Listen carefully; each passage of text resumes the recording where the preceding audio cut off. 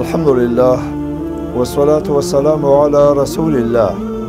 تر حمد صلاة و سلام وروسته د رسول الله مبارک سره مینه او محبت. د رسول الله سره مینه او محبت د ایمان برخه ده. هغه د ټول بشریت محسن او لارښود دی چې د انسان د دنیا او آخرت د نیکمرغۍ نسخه وړاندې کړې ده. د ده د نبوت او پیغمبرۍ نه مخکې به چا د ډبرو، چا د ستورو، لمر، سپوږمۍ، اور، غوا، خوسي، ونو، بوټو، سمندرونو او د انسان د تناسلي غړو عبادت کاوه.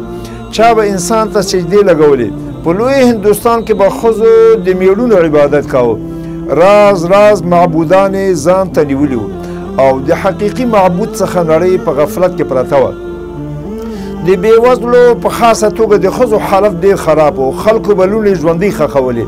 د جهالت، شرک، ظلم، شور او چپاول او دښمنیو هر راز بازار ګرم و. همغه و چې د فاران د غرونو د حرا د غار څخه داسې رڼا پورته شوه چې تر قیامته پورې به یې په وړانګو نړۍ روښانه وي.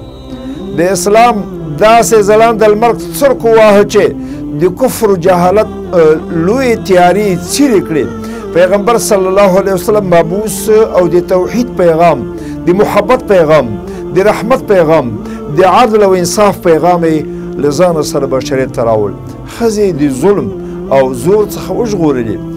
موالي او غلامان یې په ایمان سره دومره سرلوړي کړل چې د قریشي سردارانو په کتار کې ودرول.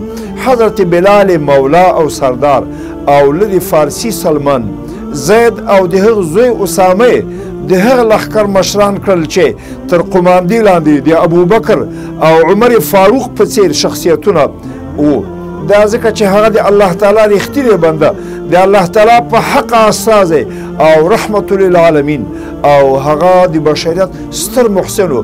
نو ولې به ورسره محبت نه کیږي او ولې به ورسره محبت د ایمان برخه نه وي؟ د رسول الله سره محبت شرعي مسؤلیت ده.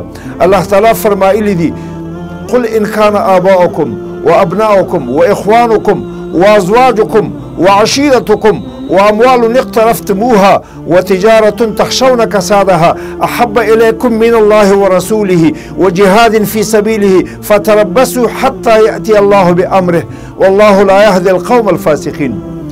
ورته ووایه پیغمبره که د تاسې پلرونه، د تاسې زامن، د تاسې ورونه، د تاسې میرمنې او د تاسې شتمنۍ، د تاسې تجارت او خپل خپلوان تاسې ته الله نه او د پیغمبر نه تاسې ته محبوبي، نو تاسې د الله د عذاب انتظار وباسئ.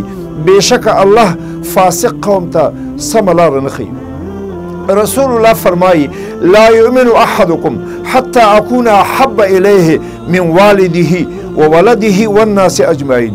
تاسې به تر هغه کامل مؤمنان نسئ تر څو چې زه تاسې ته له خپل پلار نه، له ځان نه، له مال نه، له اولاد نه، له ټولې نړۍ نه تاسو ته ګران نسم. کله چې حضرت عمر فاروق دا حدیث واورید، وی ویل: ای د الله پیغمبره، له خپل ځان نه په غیر له هر څه نه راته ګرانې.